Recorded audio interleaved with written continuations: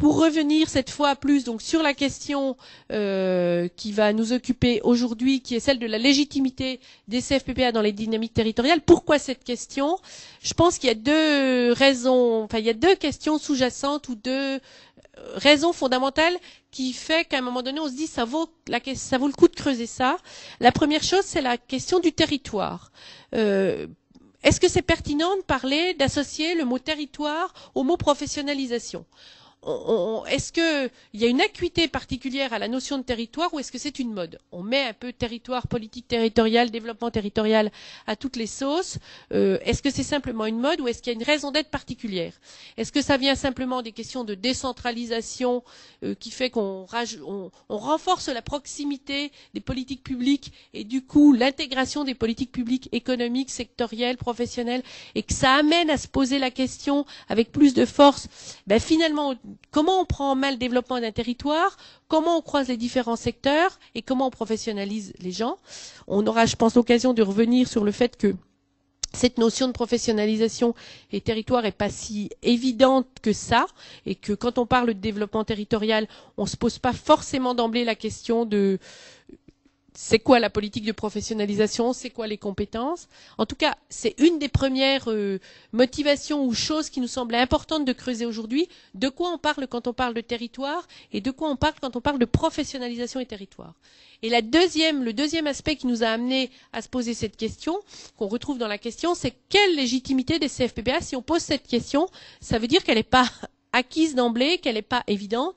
Bien sûr, une légitimité, ça se décrète jamais, mais en particulier dans le cas des CFPPA qui nous intéressent actuellement, elle n'est pas si naturelle que ça, bien que l'animation territoriale fasse partie des 5 missions de l'enseignement agricole, que c'est plutôt été renforcé, une mission plutôt valorisée ces dernières années.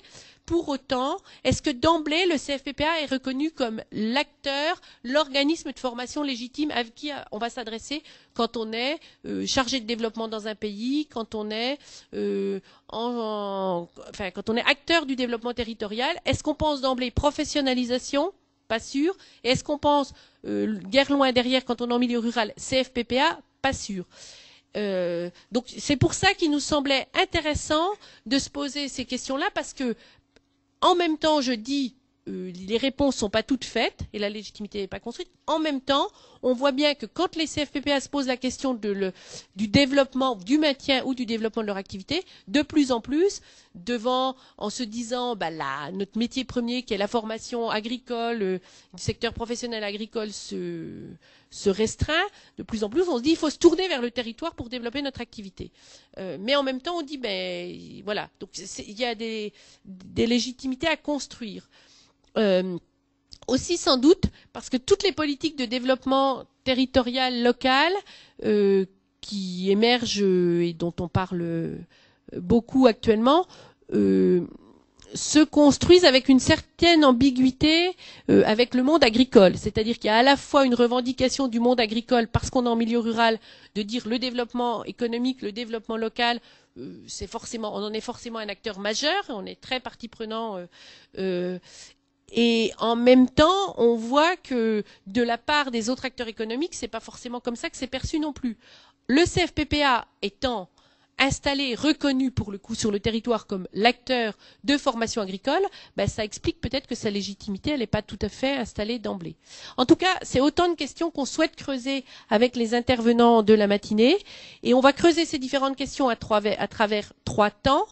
Le premier temps, c'est de revenir sur ces questions professionnalisation et territoire. C'est quoi un territoire? Quand on parle de territoire, on parle de quoi exactement? Est-ce que c'est pertinent de s'intéresser à la dimension formation, professionnalisation au niveau du territoire? Bon, c'est toutes ces questions qu'on souhaite éclairer à travers les témoignages des 3 intervenants. Le deuxième temps, on souhaite revenir sur c'est quoi finalement les enjeux pour un CFPPA ou pour un EPL, ou c'est quoi les attentes quand on est un organisme acteur du développement sur les territoires? Pourquoi cette rencontre peut se faire? Quels sont les enjeux? Quelles sont les attentes? Et un troisième et dernier temps, j'ai déjà dit La légitimité, si on se pose la question, c'est qu'elle n'est pas évidente, qu'elle se décrète pas. Donc si elle se décrète pas, c'est qu'on peut penser qu'elle se construit. Et si elle se construit, c'est quoi les conditions qui participent à la construction de cette légitimité? Donc 3 temps imaginés pour cette table ronde du matin. Un temps où on revient sur la question territoire et professionnalisation.